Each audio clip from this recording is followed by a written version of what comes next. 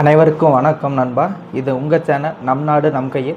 நம்ம தொடர்ந்து கருத்துக்கணி பார்த்து முடிச்சிட்டோம். இன்றைக்கி நம்ம என்ன பார்க்க போகிறோம்னு பார்த்தீங்கன்னா, அனைத்து இந்த அண்ணா திராவிட முன்னேற்ற கழகம் தமிழ் மாநில காங்கிரஸுக்கு 5 தொகுதி ஒதுக்கியிருக்காங்க. அந்த 5 தொகுதி என்னென்ன தொகுதி, அந்த 5 தொகுதியில் வெற்றி வாய்ப்பு யார் வசம் இருக்குதுன்னு பார்க்க போகிறோம். ஃபஸ்ட்டு தமிழ் மாநில காங்கிரஸுக்கு 5 தொகுதி என்ன தொகுதி ஒதுக்கியிருக்காங்கன்னு பார்த்தீங்கன்னா, ஒட்டஞ்சத்திரம், ஈரோடு மேற்கு, ராணிப்பேட்டை, கிள்ளியூர், கும்பகோணம் தொகுதியை அனைத்து இந்திய அண்ணா திராவிட முன்னேற்ற கழகம் தமிழ் மாநில காங்கிரஸுக்கு ஒதுக்கியிருக்காங்க. தமிழ் மாநில காங்கிரஸ் தலைவரான ஜி.கே. வாசன் தாங்கள் தாமரை சின்னத்தில் போட்டியிடுவதாக அறிவித்திருக்கிறார். ஃபஸ்ட்டு இப்போ தமிழ் மாநில காங்கிரஸ் இத்தொகுதியில் போட்டிட்டால் எத்தனை தொகுதியில் ஜெயிக்க முடியும்ன்ட்டு நம்ம ஒரு கருத்து கணிப்பாட்டு எடுத்திருக்கோம். வாங்க நம்ம உள்ளே போகலாம். ஃபஸ்ட்டு பார்க்கக்கூடிய தொகுதி பார்த்திங்கன்னா ராணிப்பேட்டை தொகுதி. ராணிப்பேட்டை தொகுதியில் பார்த்திங்கன்னா 1,14,450 ஆண் வாக்காளர்களும் 1,21,443 பெண் வாக்காளர்களும் 3ஆம் பாலினத்த வாக்காளர்கள் 37 பேரும் இருக்கிறார்கள். மொத்த வாக்காளரின் எண்ணிக்கை 2,35,966. இதில் பார்த்தீங்கன்னா ராணிப்பேட்டையில் இதுவரைக்கும் நடந்த தேர்தலில் திமுக 7 முறையும், அதிமுக 4 முறையும், காங்கிரஸ் 3 முறையும், முஸ்லீம் லீக் கட்சி 2 முறையும், சுயேட்சை வேட்பாளர் 1 முறையும் ஜெயிச்சிருக்காங்க. ஏறத்தளவு பார்த்திங்கன்னா இது ஒரு திமுக கோட்டையாகவே திகழ்ந்திருக்கிறது. கடந்த தேர்தலில் போட்டியிட்ட ஆர் காந்தி என்ற எம்எல்ஏ அவர்கள் பார்த்தீங்கன்னா 16,498 வாக்குகள் பெற்று வெற்றி பெற்றுள்ளார். 16-21 தொடர்ந்து திமுகவை வெற்றி கண்டுள்ளது. 2011 தான் ஏடிஎம்கே ஜெயிச்சிருக்காங்க. இத்தொகுதியில் இப்போதைக்கு நிலைமையை பார்த்தீங்கன்னா ஓட்டுகள் கணிசமாக காங்கிரஸுக்கும் திமுகவும் உள்ளதால் இந்த முறை தேர்தலில் போட்டியிடும் தமிழ் மாநில காங்கிரஸ் ஜெயிப்பது கடினமாகவே கருதப்படுகிறது. அதற்கான காரணம் விஜய் கட்சியின் ஓட்டு கொஞ்சம் பிரிகிறது, ஓபிஎஸ்சியின் ஓட்டு கொஞ்சம் பிரிகிறது, மற்றும் சசிகலா அவர்கள் கட்சி தலைமை ஏற்பதால் அவர் ஓட்டு கொஞ்சம் பிரிவும் காரணத்தினால் தமிழ் மாநில காங்கிரஸ் ஜெயிக்கிறது கஷ்டம். அது இல்லாமல் இன்னொரு மைனஸ் பாயிண்ட் என்னென்னா ஓட்டு இரட்டை இலை சின்னத்துக்கு தான் ஓட்டு அதிகமாக இருக்கிறத தாமரை சின்னத்துக்கான ஓட்டு அதிகமாக இல்லை. ஆதலால் ராணிப்பேட்டை தொகுதியில் வெற்றி பெறப்போவது திமுக வேட்பாளர் என்பது நம் கருத்து கணிப்பு மூலம் தெளிவாக சொல்லிக்கொள்கிறோம். ஒருவேளை அவர்களும் கூட்டணிக்கு வேறொருவரை மாற்றி அமைத்தால் இது மாறுவதற்கான சாத்தியக்கூறு இருக்கிறது. ஆனால் தற்போதைக்கு ராணிப்பேட்டை தொகுதியில் திமுகவை வெற்றி பெறும்னு நம்ம கருத்து கணிப்பு சொல்லுது. அடுத்து நம்ம ஒதுக்கியிருக்க தொகுதி பார்த்திங்கன்னா ஒட்டஞ்சத்திர தொகுதி. ஒட்டஞ்சத்திர தொகுதி திமுக கோட்டையினே சொல்லிக்கலாம். அமைச்சர் சக்கரவாணி அவர்களின் தொகுதி.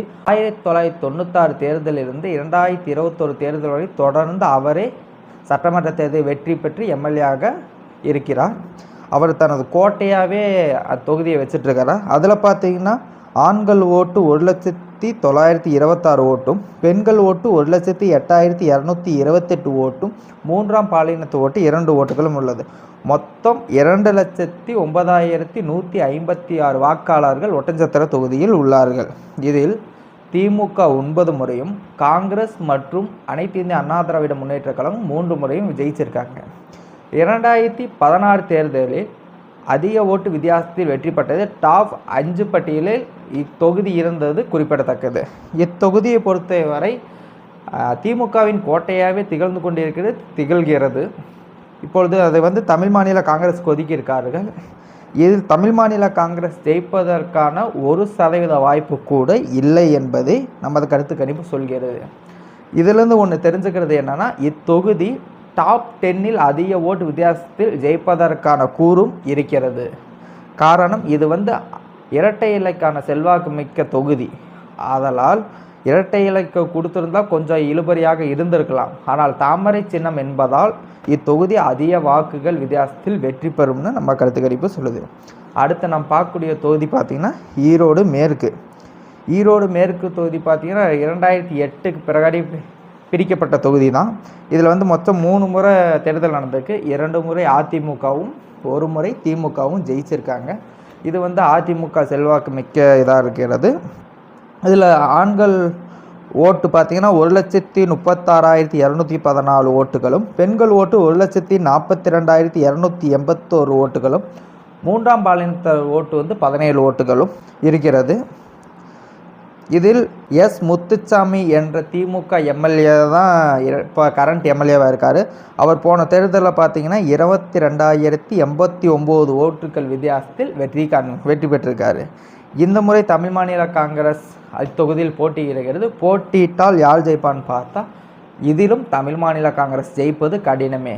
அதற்கு காரணம் ஈரோடு செங்கோட்டையனுக்கு செல்வாக்கு முக்கியமான ஒரு மாவட்டம். செங்கோட்டையன் ஓட்டு பாதி பிரியும் காரணத்தினாலும், சசிகலா ஓட்டு பாதி பிரியும் காரணத்தினாலும் மற்றும் இபிஎஸ் ஓட்டு பாதி பிரியும் காரணத்தினாலும் இச்சூழல் காரணமாக திமுக சுலபமாக இதற்கான ஜெயிப்பதற்கான அறிகுறி இருக்கிறது. ஆனாலும் அப்படி ஜெயித்தாலும் அதிக ஓட்டு வித்தியாசத்தை ஜெயிப்பதற்கான கூறு இல்லை. 5% முதல் 6% ஓட்டு வித்தியாசத்தில் திமுக வெற்றி பெறுவதற்கான வாய்ப்புகள் உள்ளது. அடுத்து தமிழ் மாநில காங்கிரஸ் போட்டியிடும் தொகுதி பார்த்திங்கன்னா கும்பகோணம் தொகுதி. கும்பகோணம் தொகுதியில் பார்த்திங்கன்னா ஆண்கள் வாக்காளர் பார்த்திங்கன்னா 1,22,383 பேரும், பெண்கள் வாக்காளர்கள் 1,29,469 வாக்காளரும், மூன்றாம் பாலினத்தோர் 16 வாக்காளர்கள் உள்ளனர். மொத்தம் 2,51,868 வாக்காளர்கள் உள்ளனர். 2,51,868 வாக்காளர்கள் உள்ளனர். இதில் 1996 2021 வரை திமுகவை தனது கோட்டையாக கும்பகோணத்தை கைப்பற்றி வருகிறது. இதில் இதுவரை நடந்த தேர்தலில் திமுக 7 முறையும், காங்கிரஸ் 7 முறையும் மற்றும் அனைத்து இந்திய அண்ணா திராவிட முன்னேற்ற கழகம் 2 முறையும் வெற்றி பெற்றிருக்காங்க. இத்தொகுதியின் எம்எல்ஏ அன்பழகன் தனது கோட்டையாவையாக மாற்றிக்கொண்டுள்ளார். கடந்த தேர்தலை 21,383 வாக்குகள் வித்தியாசத்தில் வெற்றி பெற்று எம்எல்ஏவாக பணியாற்றினார். இம்முறை இதை தமிழ் மாநில காங்கிரஸுக்கு ஒதுக்கியதால் மீண்டும் அன்பழகன் சுலபமாக வெற்றி பெறுவதற்கான வாய்ப்புகள் திகழ்கிறது. கும்பகோணம் தொகுதியில் மீண்டும் தனது கோட்டையை திமுகவே தீர்மானிக்கும் என்பது நமது கணிப்பு. இதில் கணிசமான ஓட்டுகளையும் விஜயும் பெறுவார் என்பது மறுக்கத்தக்கதல்ல. அடுத்து நம்ம பார்க்கக்கூடிய தொகுதி பார்த்திங்கன்னா கிள்ளியூர் தொகுதி. கிள்ளியூர் தொகுதியும் பார்த்திங்கன்னா 2008 பிரிக்கப்பட்ட தொகுதி. பார்த்திங்கன்னா இதுவரைக்கும் 3 தேர்தலை சந்திச்சிருக்குது.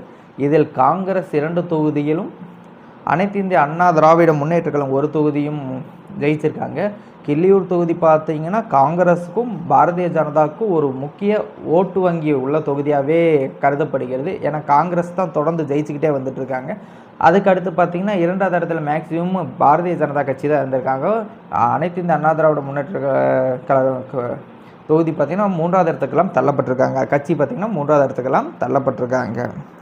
இந்த இதில் பார்த்திங்கன்னா மொத்த ஆண் வாக்காளர் எண்ணிக்கை 1,27,358, பெண் வாக்காளர்கள் 1,32,042 பேரும், மூன்றாம் பாலினத்தோர் 6 வாக்காளர்கள், மொத்தம் 2,59,406 வாக்காளர்கள் உள்ளனர். இத்தேர்தல் பார்த்திங்கன்னா 2011 21 வரை காங்கிரஸ் கட்சியை ஜெயித்து கொண்டு வருகிறது. இதில் எஸ் ராஜகுமார் என்பவர் கடந்த தேர்தலில் 55,400 வாக்குகள் வித்தியாசத்தில் வெற்றி கண்டுள்ளார். இம்முறை இத்தொகுதி தமிழ் மாநில காங்கிரஸுக்கு ஒதுக்கிய காரணத்தினால் இத்தொகுதியில் காங்கிரஸுக்கு தான் திமுக வட்டாரம் ஒதுக்கும் என்று அனைவரும் கூறுகிறார்கள். அப்படி காங்கிரஸுக்கு திமுக வட்டாரம் ஒதுக்கும் நிலை காங்கிரஸ் ஈஸியாக இத்தொகுதியில் வெற்றி பெறும் என்பது நமது கருத்து கணிப்பு சொல்லுதுங்க. இப்போ பார்த்தீங்கன்னா தமிழ் மாநில காங்கிரஸுக்கு 5 தொகுதி ஒதுக்கியிருக்காங்க. 5 தொகுதியிலும் தமிழ் மாநில காங்கிரஸ் ஒரு தொகுதியிலும் கூட ஜெயிப்பது சுலபம் இல்லைங்க. இதில் மேக்சிமம் ஒரு 2 அல்லது 3 தொகுதிகளில் 2ஆம் இடம் வருவதற்கான வாய்ப்பு கூட குறைவு தாங்க. 2ஆம் இடம் தாவேகா தமிழக வெற்றி கழகம் தட்டி பறிப்பதற்கான சூழ்நிலையும் இருக்குது. ஓகே கைஸ், இன்றைக்கி இந்த வீடியோ பார்த்துட்டோம். நாளைக்கு வேறொரு கட்சிக்கு ஒதுக்கிய தொகுதிகளை பார்த்து அத்தொகுதியில் யார் ஜெயிப்பாங்க ஜெயிக்க மாட்டாங்கன்ட்டு நம்ம நாளைக்கு சந்திப்போம். இந்த வீடியோவுக்கு மறக்காமல் லைக் பண்ணுங்கள், ஷேர் பண்ணுங்கள், சப்ஸ்கிரைப் பண்ணுங்கள். கீழே இருக்க பெல் ஐக்கானை கிளிக் பண்ணி மறக்காமல் ஆதரவு தருமாறு கேட்டுக்கொள்கிறேன். நன்றி, வணக்கம். வாழ்க தமிழ், வளர்க இந்தியா.